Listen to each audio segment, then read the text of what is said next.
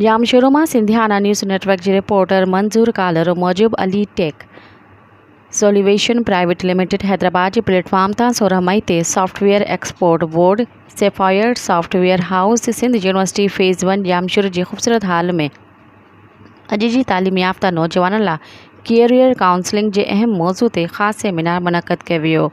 Seminar जो मुख्य speaker Syed Qutubul Hasnain Lakiari director finance education department Sindh बतौर मोअज़्ज़िज़ मेहमान शरीक थिया।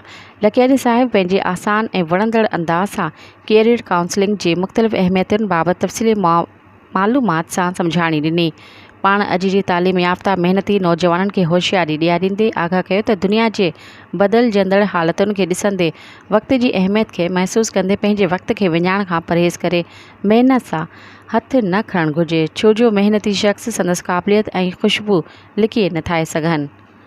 उन करे पंहिंजे कैरियर बाबति ॼाण में इज़ाफ़ो करणु ज़रूरी आहे। कैरियर काउंसलिंग हिकु फ़न ऐं हुनरी ॼाण जो ख़ज़ानो हूंदो आहे जंहिंखे सिखणु या उन बाबति सिख्या वठणु ज़रूरी सम्झिया वञनि था, जंहिं मां मुलाज़िमत जा हुनर ऐं तौर तरीक़नि बाबति जदीद दौर जे तक़ाज़ाउनि मूजिबि ॼाण फ़राहम कई वञे थी, जॾहिं त प्रोफाइल वारी मालूमात खे तक़वियत पिणु मिले थी।